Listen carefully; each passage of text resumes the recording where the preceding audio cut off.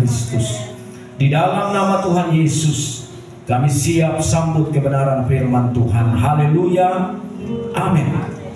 Bapak Ibu dipersilakan dulu kembali. Shalom. Shalom, shalom, shalom. Yesus raja. Ya, rupa-rupanya masih cuma di bagian deretan depan yang punya suara. Bagian tengah dan belakang belum. Sekali lagi shalom. Shalom, shalom, shalom. Yesus raja. Ya, puji Tuhan. Bagaimana kabar Bapak Ibu? Ya, puji Tuhan. Kita boleh ada di penghujung tahun dan kurang lebih 9 hari kalau tidak salah kita akan selesai dalam tahun 2024 dan masuk di dalam tahun 2025. Saya percaya bukan karena kuat dan gagahnya saudara dan saya pelihara kehidupan ini, tapi semata-mata karena kasih karunia di dalam kehidupan saudara dan saya, sehingga kita boleh ada sampai saat ini. Dan saya percaya sampai melewati tahun ini, semua kita ada sebagaimana mestinya. Amin. Iya, mari Bapak Ibu kita buka di dalam kitab Perjanjian Baru, Matius 2 ayat pertama, ayat 1 sampai ayatnya yang ke-12. Kita akan membacakannya secara berbalas-balasan. Saya membaca perikop dan ayatnya yang pertama bergantian Bapak Ibu. Lalu nanti di ayatnya yang ke-12 kita akan membacakannya secara bersama-sama. Dengan kasih Tuhan saya mengundang semua kita bangkit berdiri. Dan kita akan membacakannya secara berbalas-balasan. Orang-orang Majus dari timur. Sesudah Yesus dilahirkan di Bethlehem di tanah Yudea pada zaman Raja Herodes, datanglah orang-orang Majus dari timur ke Yerusalem Dan bertanya-tanya, di manakah dia raja-raja putih yang baru dilahirkan itu? Kami telah melihat bintangnya di timur dan kami datang untuk menyembah dia. Ketika Raja Herodes mendengar hal itu, terkejutlah ia beserta seluruh Yerusalem. Maka dikumpulkannya semua imam, kepala, dan ahli Taurat bangsa Yahudi. Lalu dimintanya keterangan dari mereka, di manakah Mesias akan dilahirkan. Mereka berkata kepadanya, di Bethlehem di tanah Yudea, karena demikianlah ada tertulis dalam kitab Nabi. Dan engkau Bethlehem tanah Yehuda, engkau sekali-kali berkata yang terkecil di antara mereka yang memerintah Yehuda. Karena daripada mula akan bangkit seorang pemimpin yang akan menggembalakan umatku Israel. Lalu dengan diam-diam Herodes memanggil orang-orang Majus itu dan dengan teliti bertanya kepada mereka bila mana bintang itu nampak. Kemudian dia menyuruh mereka ke Bethlehem, katanya, pergi dan selidikilah dengan seksama hal-hal mengenai anak itu, dan segera sesudah kamu menemukan dia, kabarkan kepadaku supaya aku pun datang menyembah dia. Setelah mendengar kata-kata raja itu, berangkatlah mereka, dan lihatlah bintang yang mereka lihat di timur itu mendahului mereka hingga tiba dan berhenti di atas tempat di mana anak itu berada. Ketika mereka melihat bintang itu, sangat bersukacitalah mereka.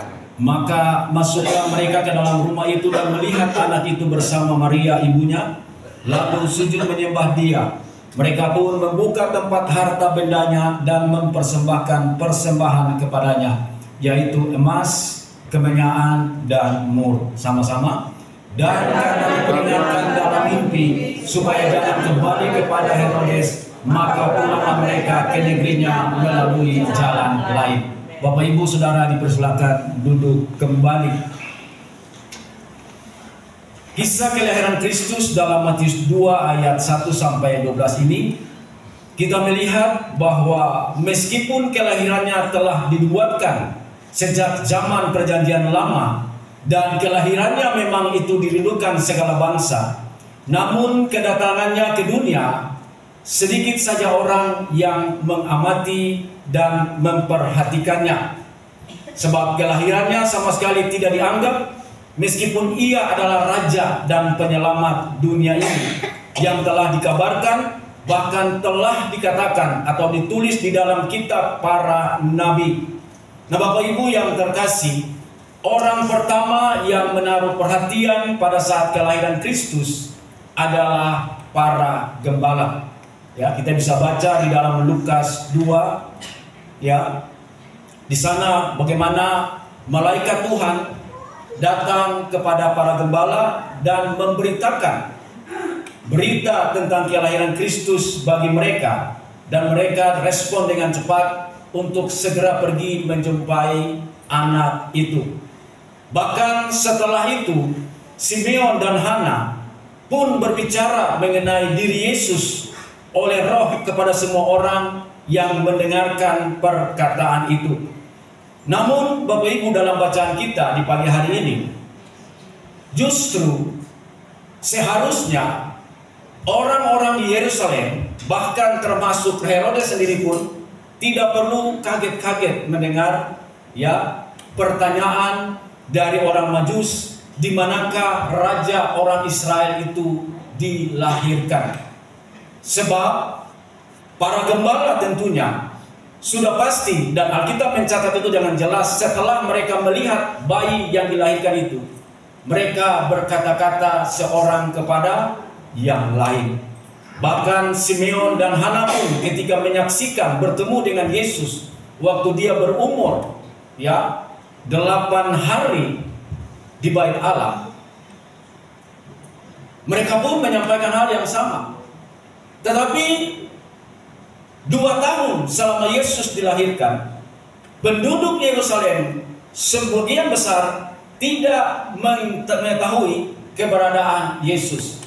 Itu sebabnya waktu orang Majus datang kepada mereka, kepada Herodes dan kepada mereka tentunya, mempertanyakan di manakah ya raja orang Yahudi itu dilahirkan.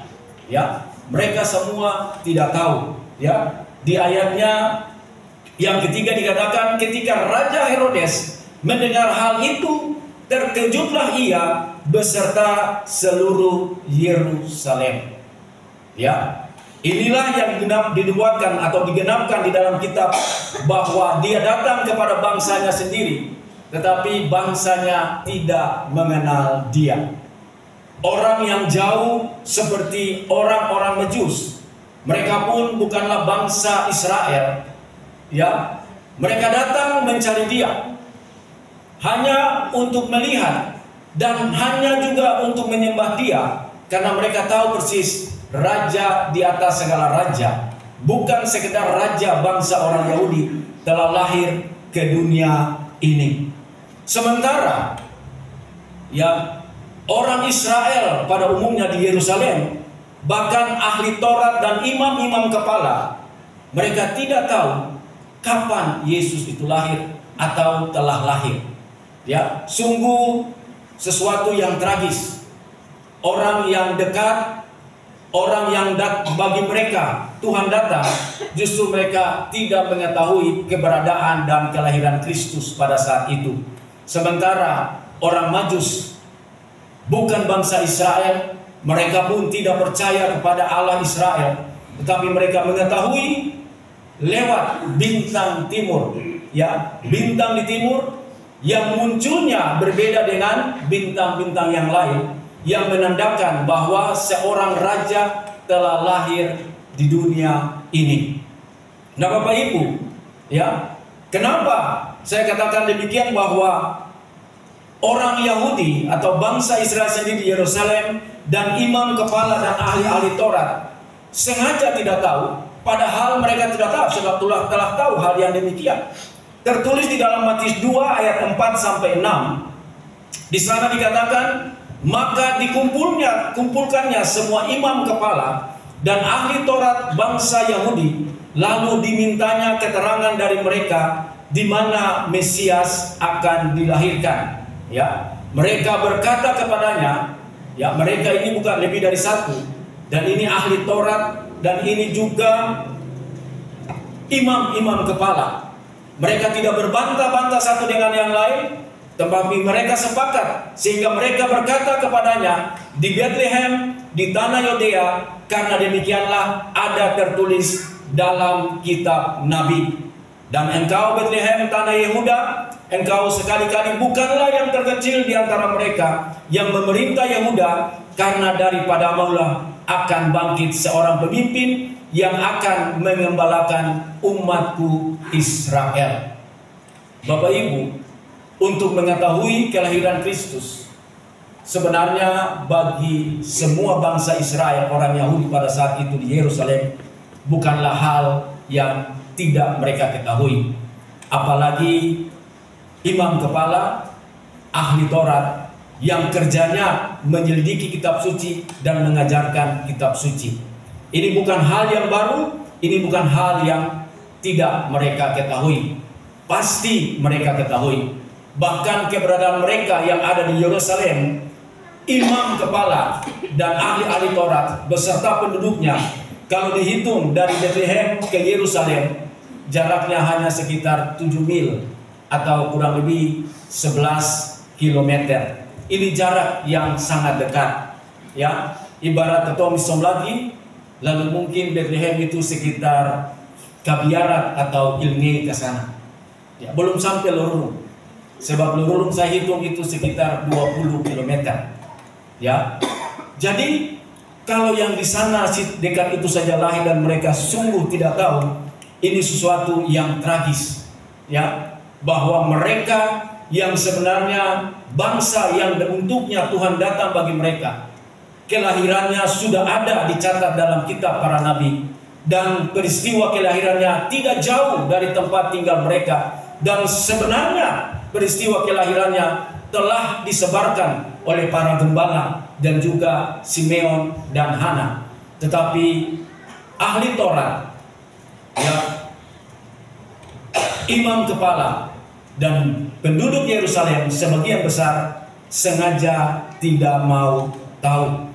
Maka sebenarnya genaplah seperti yang dikatakan di dalam Matius 8 ayat 11 sampai ayatnya yang ke-12. Ya, di sana dikatakan, aku berkata kepadamu, banyak orang akan datang dari timur dan barat dan duduk makan bersama-sama dengan Abraham, Ishak dan Yakub di dalam kerajaan sorga. Sedangkan anak-anak kerajaan itu akan dicampakkan ke dalam kegelapan yang paling gelap.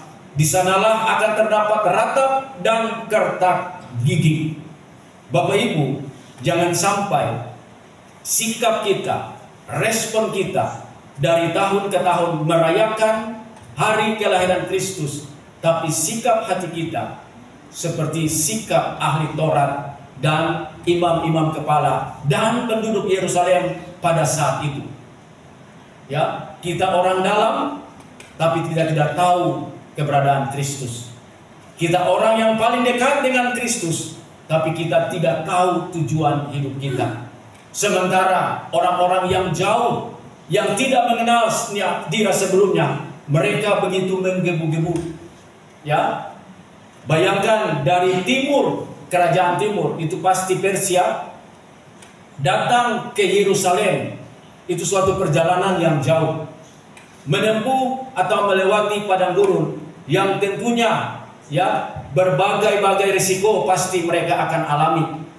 Ya, mara bahaya di tengah perjalanan karena binatang buas, mungkin juga ada ular derik yang bisanya sekali pagut itu langsung meninggal orangnya, dan juga cuaca ekstrim yang ada di padang gurun.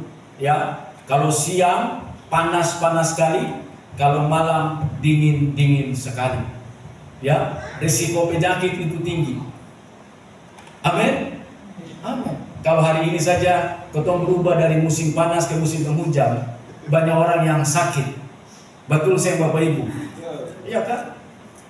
Dengan satu bilang sakit, kaget yang satu sakit. Padahal cuacanya belum ekstrim banget. Ya, cuacanya masih biasa-biasa saja. Tapi yang dialami oleh para Majus ini sesungguhnya sesuatu yang berbahaya dan mengandung resiko. Tetapi mereka oleh tuntunan, panduan bintang yang di timur itu, mereka berusaha, ya, untuk menemui Yesus itu. Sementara yang di Yerusalem cuek-cuek saja. Nah, jangan sampai Matius 8 ayat 11-12 ini, dan pasti itu terjadi bagi mereka. Dan jangan sampai juga terjadi bagi saudara dan saya. Bertahun-tahun, berpuluh-puluh tahun, bahkan sejak turun-temurun telah menjadi orang Kristen, tapi sambutan kita dari waktu ke waktu terhadap Natal Kristus itu biasa-biasa saja. Ya kan? Itu sebabnya adalah salah satu statement seorang hamba Tuhan.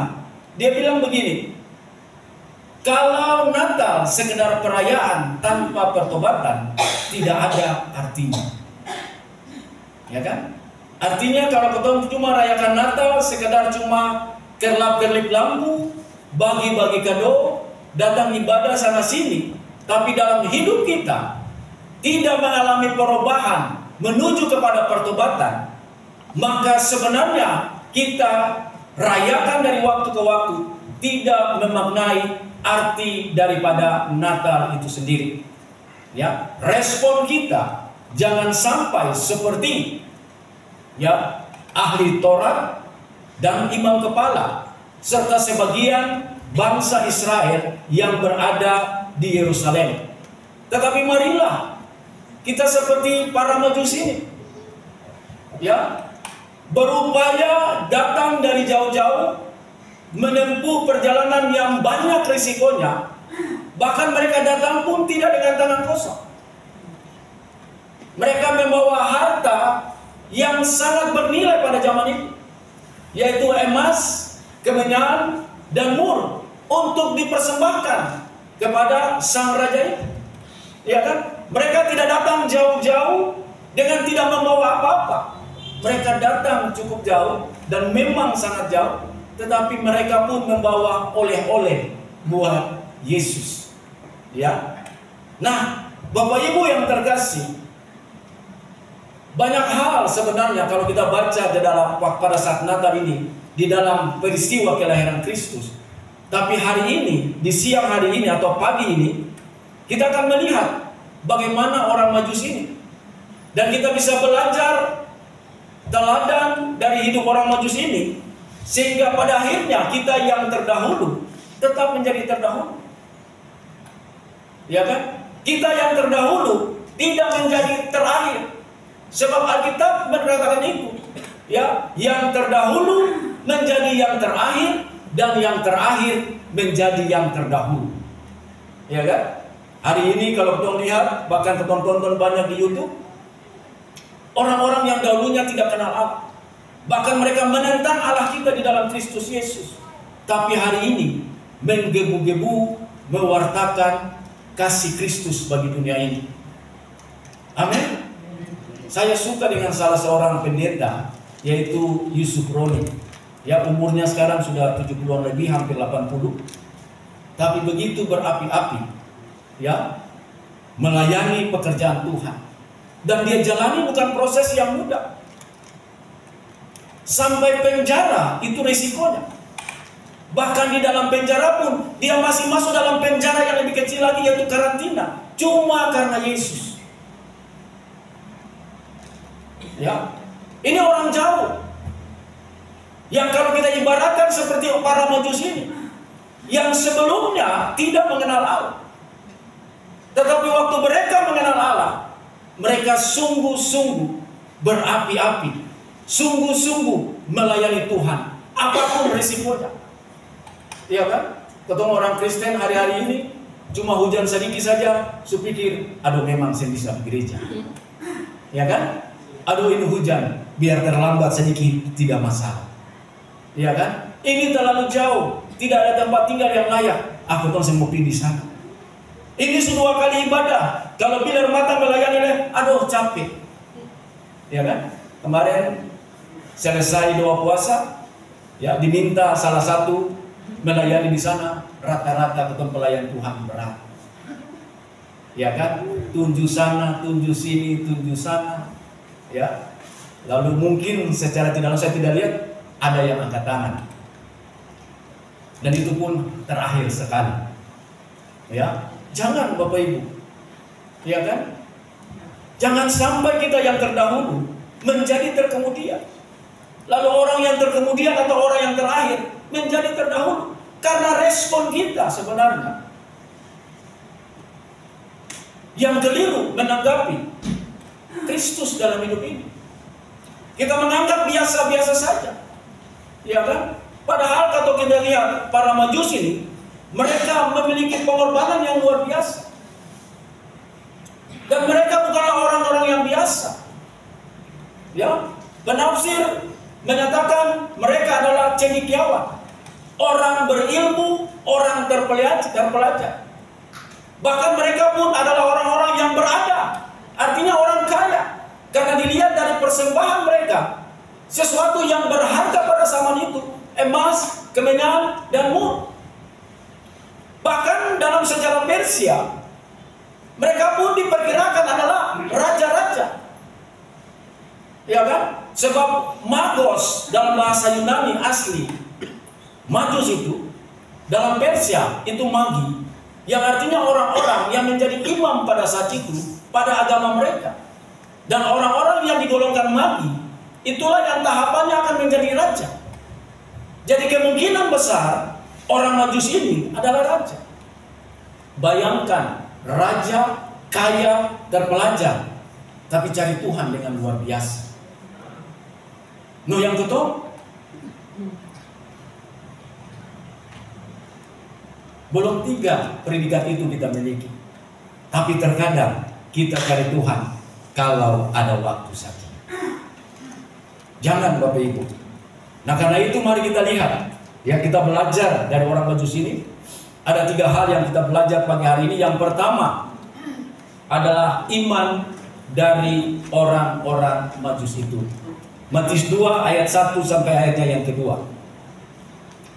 Saya bacakan. Sesudah Yesus dilahirkan di Bethlehem di tanah Yudea pada zaman Raja Herodes, datanglah orang-orang Majus dari timur ke Yerusalem dan bertanya-tanya, di manakah dia raja orang Yahudi yang baru dilahirkan itu? Kami telah melihat bintangnya di timur dan kami datang untuk menyembah dia. Ya, hal pertama yang ditunjukkan oleh orang Majus ini waktu mereka mencari Tuhan untuk berusaha menemuinya adalah iman mereka. Yang mereka lihat hanya tanda. Bintang yang muncul di langit berbeda dengan bintang-bintang yang lain. Sementara imam, kepala dan ahli Taurat dan penduduk Yerusalem telah mengetahui itu lewat kitab para nabi. Iya kan? Mereka yang tahu lewat kitab para nabi seharusnya punya iman lebih daripada mereka yang hanya melihat tanda di langit bahwa telah lahir seorang raja. Memang Tuhan berbicara dengan banyak hal, ya kan? Ada lewat tanda, ada waktu dia suruh malaikat berbicara kepada para gembala misalnya, ataupun waktu dia nampak kepada Musa waktu semak belukar itu terbakar. Bahkan kepada orang Majus dia pakai bintang. Artinya begini, Tuhan mau mengkomunikasikan suatu pesan kepada manusia dengan cara yang sederhana saja, yang mudah dipahami, supaya saudara dan saya bisa mengenal dia. Iya kan? Jangan sampai tunggu suara ini anakku dan segala macam. Iya kan? Lewat peristiwa pun Tuhan bisa bicara. Ya kan? Karena dia ingin saudara dan saya mengenal dia lebih dalam. Dan itu membutuhkan iman. Kalau tidak ada iman, pasti tidak bisa. Para Majus ini adalah orang ahli bintang. Ya kan?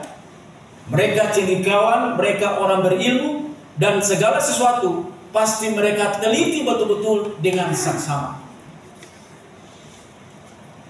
Tapi itu pun belum cukup. Harus dipakai iman. Karena imanlah, makanya mereka rela datang dari jauh, melewati rintangan yang ada padang gurun, dengan berbagai risiko, dengan membawa persembahan yang mahal, hanya untuk menjumpai Tuhan. Iya kan? Bahkan kalau kita baca di ayatnya yang kedua, dari pertanyaan mereka, ya, mereka bertanya begini, Di manakah dia, raja orang Yahudi yang baru dilahirkan? Kalau kita lihat bahasa mereka, perkataan mereka, pertanyaan mereka, di manakah? Itu menunjukkan bahwa mereka sungguh percaya bahwa memang raja telah lahir. Iya kan? Kalau mereka mengubah pertanyaan mereka, apakah dia, raja orang Yahudi, baru dilahirkan? Berarti ini suatu pertanyaan yang belum memiliki suatu keyakinan bahwa sungguh-sungguh raja itu telah lahir atau belum. Tapi pertanyaan mereka adalah di manakah? Berarti mereka hanya mau cari tahu tanpa di mana Yesus ada. Tempat di mana bayi itu telah dilahirkan. Sebab mereka yakin dan mereka percaya sungguh-sungguh bahwa memang bayi raja itu telah lahir ke dunia ini. Makanya pertanyaan mereka adalah di manakah dia, raja orang Yahudi yang baru dilahirkan itu. Sungguh suatu perkataan iman. Ini bukan meraba-raba, tapi ini sudah menyatakan pasti bahwa kelahiran telah terjadi. Nah, kata-kata kita pun menunjukkan iman kita. Amin. Iya. Kalau sementara sakit, tapi kata-kata kita haruslah kata-kata yang menyembuhkan. Ya kan? Aku kayak kuat, aku sehat, aku telah sembuh. Itu perkataan iman. Iya kan? Bagaimana mungkin mengharapkan kesembuhan sementara perkataan kita adalah perkataan, aduh ini sembuh atau tidak. Iya kan? Bagaimana mungkin persoalan bisa selesai sementara apa yang kita katakan, mungkinkah ini terjadi? Tidak, tidak akan terjadi. Sebab apa yang kita katakan, itulah yang Tuhan lakukan, kata firman Tuhan. Amin. Nah, kalau lihat orang Majus ini, dengan iman mereka, mereka mengatakan, di manakah raja orang Yahudi itu yang baru dilahirkan itu. Bahkan kalau kita pelajari selanjutnya, waktu mereka pergi melihat bintang itu, tujuan pertama adalah Yerusalem. Ya kan? Sebab berpikir mereka dan semua pada umumnya bahwa seorang raja lahir di istana, dan istana pasti berada di kota atau pusat perkotaan. Amin. Iya. Seseorang akan kita ketahui dan keberadaannya itu dari jabatannya. Kalau kita lihat ada seorang pejabat, kita pasti tahu, pasti bukan di tempat lorong-lorong, ya kan? Kalau kita tahu bahwa dia seorang yang kaya, pasti tempatlah di lorong-lorong, tapi pasti di tempat yang strategis, yang mudah dilihat, dan pasti penampilan rumahnya adalah rumah yang mewah atau rumah yang megah. Tetapi waktu mereka pergi ke Yerusalem, mereka bertanya dan tidak menemui Yesus di sana. Mereka tetap percaya. Bintang itu menuntun mereka pergi ke Bethlehem. Mereka tetap berjalan menyusuri tuntunan dari bintang itu sampai bintang itu berhenti, kata firman Tuhan, di atas tempat di mana bayi itu dilahirkan. Ya. Kadang-kadang pandangan kita terlihat hanya kepada parasnya, iya kan? Itu sebabnya waktu Daud tidak terpilih, karena Samuel melihat paras, bukan pada hati. Kalau orang Majus pada saat itu seperti Samuel, mereka tidak akan menemukan Yesus. Tapi karena iman, walaupun mereka menyusuri daerah pedesaan, karena Bethlehem itu berada di pinggiran desa. Iya kan? Kemarin saya cek-cek, di sini ketemu ada orang bacet-bacet rumah di mana? Saya ada. Iya kan? Biasa kan kalau ketemu orang Kristen kan, yang namanya bulan berber, pasti ketemu mulai kali cat pelan-pelan. Betul? Lalu cat rumah perlahan-lahan supaya Natal dan Tahun Baru ketemu rumah dia agak lain sedikit. Mungkin model seng, tapi warnanya akan berubah.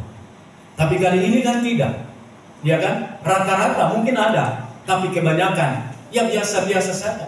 Karena memang keadaannya yang masih demikian. Iya kan? Bahkan kemarin, kalau tidak salah, atau kemarin dulu, saya ikuti di YouTube salah satu berita di TV swasta. Ya, ada pengamat ekonomi yang mengatakan bahwa di tahun ke depan memang lebih suram lagi. Ya kan? Dia bilang begitu. Ya. Kenapa? Karena PPN sudah naik 12%. Dari 11 jadi 12.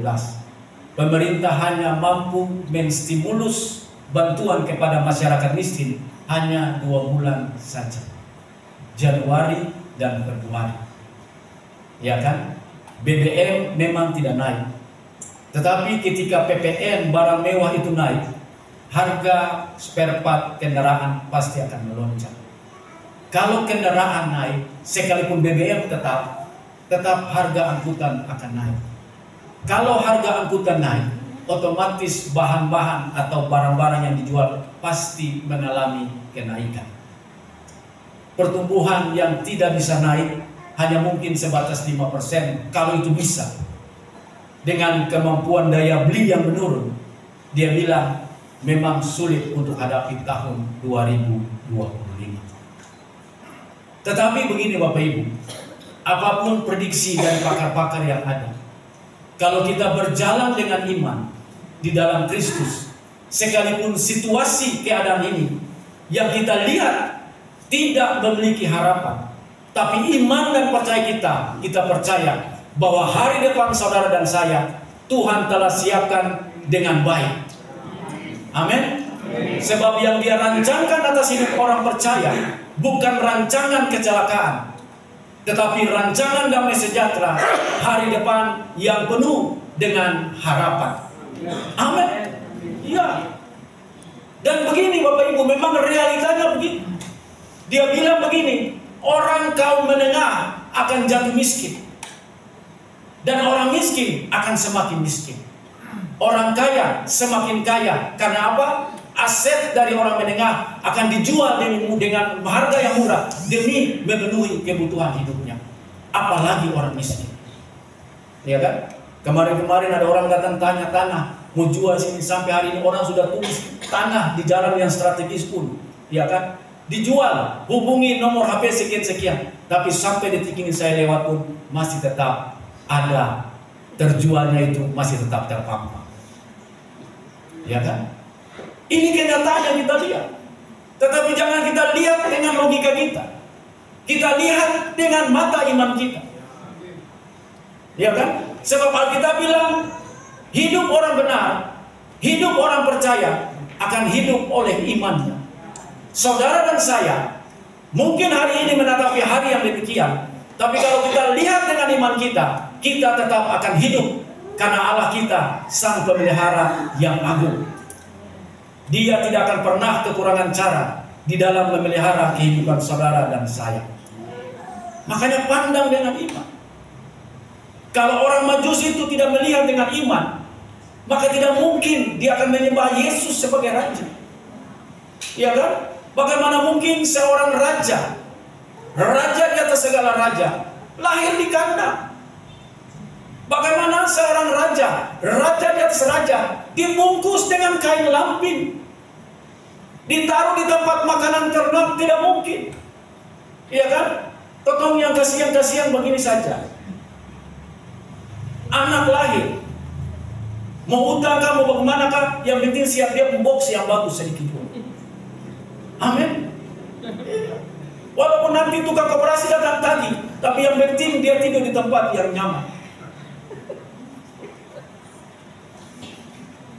Tapi coba lihat, ya, masa seorang raja lahir di kandang, pakai kain lampin, taruh di palungan lagi? Sederhana sekali. Tapi inilah Kristus, ya, wujud daripada kerendahan hatinya. Makanya dia ingin, dia kosongkan dirinya, tidak menganggap dirinya setara dengan Allah, tapi yang datang ke dunia hanya untuk saudara dan saya.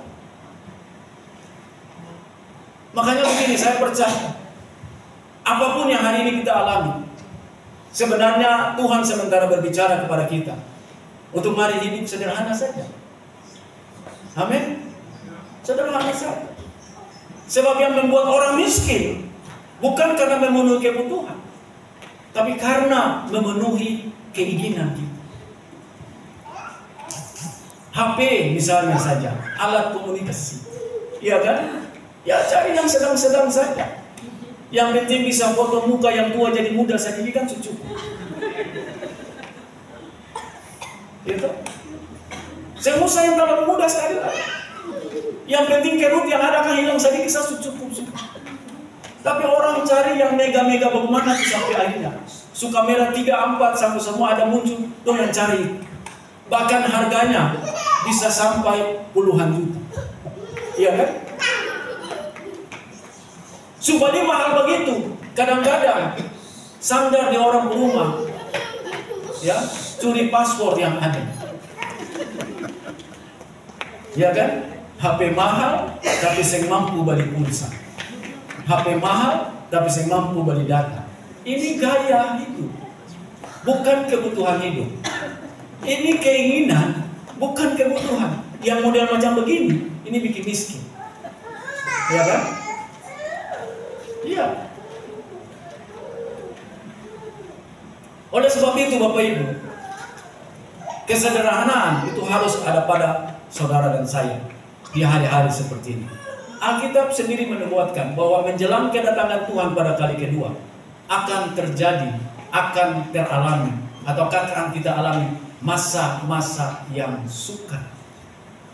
Jadi mau tidak mau, suka tidak suka, hal-hal yang sulit pasti kita alami. Tapi kalau kita ikuti kesederhanaan yang Yesus tunjukkan, sebenarnya tidak masalah. Paulus bilang asal ada makanan, asal ada pakaian, cukuplah. Bahkan doa Bapa kami, berikanlah kepada kami makanan kami hari ini apa? Secukupnya. Jadi kata cukup sebenarnya itu bagi kita. Kelimpahan itu bagi orang lain yang merasakan di sekeliling kita. Iya kan? Manusia ini mau puas apa lagi? Iya kan? Saya bisa puas. Alkitab bilang kepuasan manusia itu seperti lubang bumi yang menganga. Apa saja yang masuk di dalamnya, masuk semua, selesai. Tidak ada yang tersisa. Iya kan? Punya motor, mau mobil, punya mobil sudah ada mau 2, iya kan? Sudah ada 2, mau yang mewah lagi. Punya rumah 1, dulu kos, sekarang 1, mau tambah, mau mewah lagi. Saya nggak bisa habis. Iya kan? Keinginan dunia atau dunia tidak mungkin memenuhi kebutuhan hidup kita. Tidak mungkin memuaskan saudara dan saya. Makanya saya sering dengar ya cucu terkasih Justin waktu dia masih kecil, sekarang kurang menyanyi lagu itu. Dia bilang hidup tanpa Yesus seperti kue donat. Ya kan, ketemu lihat kan donat itu kan di tengah-tengah itu ada lubang. Ditaburi meses berwarna apapun, dikasih topping sebagus apapun dan seenak apapun, tetap ada lubang di dalamnya, di tengahnya. Ya kan? Hanya Yesus yang bisa memuaskan itu. Dan dia memuaskan itu, maka dia tunjukkan kesederhanaan bagi saudara dan saya untuk mari kita ikuti seperti itu. Yang kedua, nambung langsung dengan saya sampaikan, adalah kerendahan hati dari orang-orang Majus itu.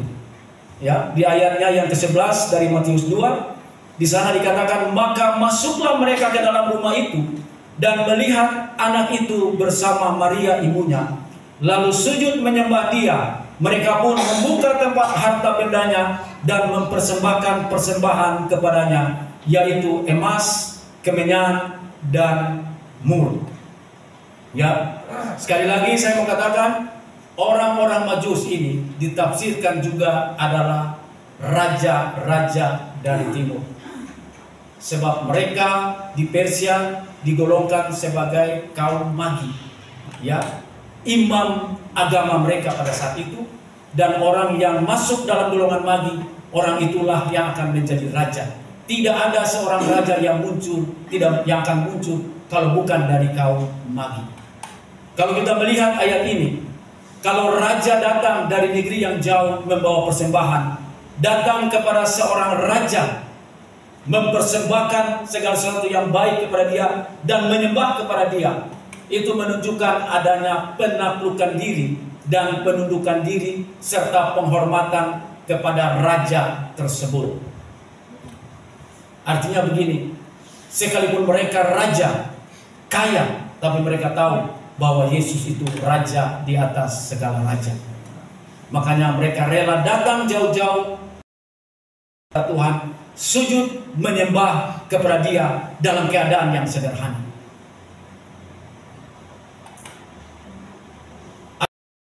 Kepada kita, kalau kita jadikan raja dalam hidup kita, maka bukan kehendak kemauan kita, tapi kehendak kemauan Kristuslah yang ada di kehidupan kita. Bukan mau-maunya kita, tapi mau-maunya Tuhan dalam hidup saudara dan saya. Karena waktu kita akui Dia sebagai raja, kita telah menaklukkan dan menundukkan diri kita di bawah kakinya. Seperti para Majus ini, ya kan? Mereka raja, punya harta yang banyak, tapi mereka sadar Yesus itu raja. Makanya mereka sujud menyembah kepada Dia, rela jalan jauh demi Dia. Kembali kepada kita, kita mungkin punya jabatan, tapi tidak punya harta yang banyak. Kita mungkin punya ada harta, tapi tidak memiliki jabatan. Tapi terkadang kita sering memakai mau-maunya kita, bukan mau-maunya Tuhan. Yang kita lakukan adalah kehendak kita, bukan kehendak Tuhan. Padahal kalau Dia raja atas hidup saudara dan saya, maka apapun yang Dia mau, apapun yang Dia inginkan, itu yang kita turuti. Amin. Amin. Apapun yang kita miliki, itu adalah bagiannya Dia, bukan bagian kita. Makanya para Majus mempersembahkan hal yang termahal pada zaman itu untuk Kristus. Ya kan? Keadaan ekonomi kita hari-hari ini mungkin tidak sebaik tahun-tahun yang lampau. Tapi jangan sampai kita mengurangi porsi yang ada bagi Tuhan. Amin. Amin. Percayalah, apa yang kita berikan yang merupakan bagian Tuhan, hidup kita tidak akan berkekurangan. Iya kan? Kalau mau hitung-hitung janda di Sarpat, pasti akan mati bersama dengan anaknya karena kelaparan yang hebat dan tidak apa-apa yang bisa dimakan selain hanya segenggam tepung di dalam tempayan dan sedikit minyak dalam buli-buli yang kalau dia masak, dia dan anaknya makan hanya sekali saja, dan setelah itu berpuasa tidak makan sampai mati lemas. Tetapi karena ketaatan dia kepada perintah Tuhan melalui nabinya Elia, dia bikin dan dia berikan kepada hamba Tuhannya duluan. Dan Alkitab mencatat mereka terpelihara selama musim kelaparan itu, dan minyak dalam buli-buli serta tepung dalam tempayan tidak pernah berkurang di dalam janda itu punya rumah.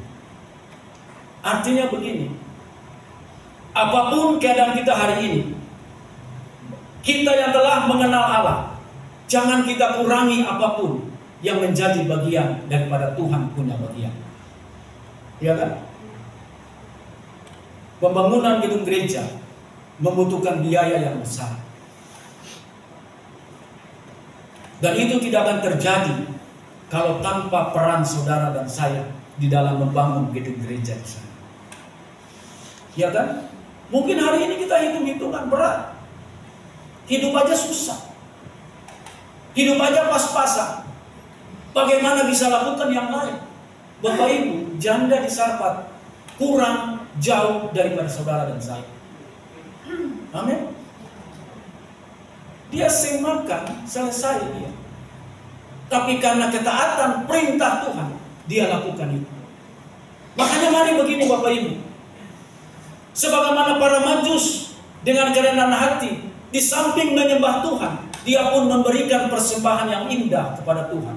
Saudara dan saya pun memberikan seluruh hidup ini juga kepada Tuhan, karena dia raja. Ya, kita ini budaknya, dia itu tuan, kita ini hambanya. Jadi apapun yang berantakan di dalam firman Tuhan haruslah menjadi bagian yang harus kita lakukan dalam hidup ini. Inilah wujud kerendahan hati. Dan sebenarnya kerendahan hati ini pun telah ditunjukkan oleh Yesus sendiri. Ya, raja di atas segala raja. Tapi dia buktikan kerendahan hati yang patut ya kita tiru, kita hidupi dalam hidup ini. Filipi 2 ayat 6 sampai 7. Yang walaupun dalam rupa Allah, tidak menganggap kesetaraan dengan Allah itu sebagai milik yang harus dipertahankan, melainkan telah mengosongkan dirinya sendiri dan mengambil rupa seorang hamba dan menjadi sama dengan manusia. Jangan kita sombong, Bapak Ibu. Punya sedikit, punya nama sedikit, tapi tidak mau tahu dengan orang lain. Yesus, dia raja, dia Allah. Tapi Alkitab bilang apa? Tidak menganggap kesetaraan dengan Allah itu sebagai milik yang harus dipertahankan, melainkan telah mengosongkan dirinya sendiri dan mengambil rupa seorang hamba dan menjadi sama dengan manusia. Ya, kerendahan hati kita belajar dari orang Majus. Raja kaya, terhormat, tapi punya kerendahan hati untuk sujud menyembah kepada Tuhan. Ya kan? Jangan sampai sula-bila sedikit lalu berpikir yang lain-lain. Ya kan? Saya senang di tempat ini. Ya. Tidak ada orang yang punya lebih mengatur di gereja ini.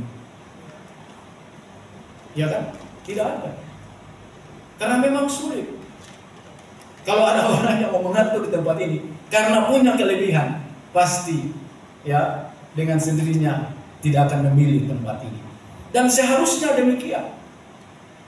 Ya kan? Manusia di mata Tuhan itu seperti debu. Apanya yang dibanggakan? Makanya milikilah kerendahan hati.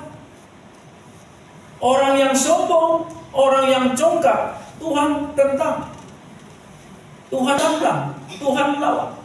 Tetapi orang yang rendah hati, Alkitab bilang, Tuhan kasihani, Tuhan kasihi. Ya kan? Mau ditantang Allah atau mau dikasihi Tuhan? Saya percaya kita semua mau dikasihi Tuhan. Amin. Maka rendahlah hati kita seperti orang Majus itu. Bahkan rendahlah hati kita seperti Yesus, Raja di atas segala raja. Yang terakhir adalah ketaatan dari orang-orang Majus itu. Matius 2 ayatnya yang ke-12. Dan karena diperingatkan dalam mimpi supaya jangan kembali kepada Herodes, maka pulanglah mereka ke negeri melalui jalan lain. Ya, ini menunjukkan ketaatan dari para Majus itu. Herodes dengan tipu dayanya, dengan alasan hanya datang kasih tahu supaya beta pergi menyembah dia, padahal tujuannya hanya menghilangkan karena merasa tersaingi dengan raja yang baru lahir. Tuhan bicara, Tuhan sampaikan lewat mimpi niat jahat Herodes itu kepada para Majus itu. Dan akhirnya apa? Mereka pulang memilih jalan lain untuk tidak ketemu dengan Herodes, supaya jangan diberatukan tempat di mana Yesus itu lahir. Walaupun Bapak Ibu yang mereka pilih adalah bahaya. Ya kan? Sebab di dalam Matius 2 ayat 16 di sana dikatakan ketika Herodes tahu bahwa ia telah diperdayakan oleh orang-orang Majus itu, ia sangat marah. Lalu ia menyuruh membunuh semua anak di Bethlehem dan sekitarnya, yaitu anak-anak yang berumur 2 tahun ke bawah, sesuai dengan waktu yang dapat diketahuinya dari orang-orang Majus itu. Bahaya Bapak Ibu. yang bayi saja dia bunuh, ya kan? Apalagi yang datang bilang iya Bapak, nanti ketong balik ketong kasih tahu. Padahal sing balik-balik lewat tanpa lain. Ini dia ikut yang apa saja dia bisa ikut saja. Amin. Dia marah, ini bahaya. Tapi orang Majus memilih untuk taat, sekalipun risikonya adalah bahaya. Mereka pergi dan tidak menjumpai Herodes setelah menemui bayi Yesus itu. Nah Bapak Ibu, ketaatan kepada Tuhan memang mengandung risiko. Amin. Kerja betul di kantor saja orang bisa musuh, ya kan? Kerja lurus-lurus saja bisa dicopot jabatannya. Amin. Itu resiko. Jual dengan harga yang pas, tidak main kualitas saja, barang untung sedikit saja. Itu resiko. Itu ketaatan. Iya kan? Karena kita bilang lebih baik penghasilan sedikit disertai kebenaran daripada banyak disertai ketidakadilan. Jadi sekarang sedikit, tapi walaupun sedikit kita pasti terpelihara. Amin. Janda di Sarfat, dia taati Tuhan punya perintah lewat Nabi Elia. Risikonya adalah meninggal. Amin. Kalau cuma makan satu hari itu saja, cuma segenggam tepung itu, cuma roti makan 1-2 biji, baru aku bagi dia mau anak, habis itu saya makan apa-apa lagi mati kan? Yang model begitu saya mati, tapi ini disuruh kasih para hamba Tuhan kamu kadol, kasih para Elia kamu kadol, iya kan? Resiko lebih berat lagi. Mungkin saja bukan dia dengan anak, tapi mungkin dia atau anaknya karena satu bagian sudah kasih kepada Elia. Tapi karena ketaatannya, walaupun resikonya seperti itu, dia terpelihara sampai musim kelaparan itu selesai. Bahkan persediaannya Alkitab bilang tidak ada satupun yang berkurang. Semua tetap ada dalam tampayan. Meskipun dimasak ulang-ulang, tetap ada saja. Itulah ketaatan yang mendatangkan berkat bagi saudara dan saya. Kita rindu berkat, tapi berkat selalu mengikuti ketaatan. Tidak mungkin berkat itu datang tanpa ketaatan. Ya kan? Ulangan 28, kalau kita baca baik-baik, lakukan segala perintah Tuhan, maka yang ini akan susul, naik dan bukan turun, jadi kepala bukan ekor. Ya kan? Segala ternak, segala macam, segala sesuatu, semua aman sekali. Kenapa? Karena ketaatan. Taati, lakukan seluruh perintah Tuhan. Itulah yang mendatangkan berkat. Itulah yang membawa kehidupan bagi saudara dan saya. Biarlah 3 hal ini, Bapak Ibu yang terkasih, menjadi bagian dalam kehidupan saudara dan saya yang dinyatakan oleh para Majus ini, supaya kita mencontohi keteladanan yang mereka tunjukkan, yaitu iman, kerendahan hati, dan ketaatan menghadapi hari ini dan hari-hari ke depan. Tuhan berkati kita semua. Amin. Mari tim altar maju ke depan.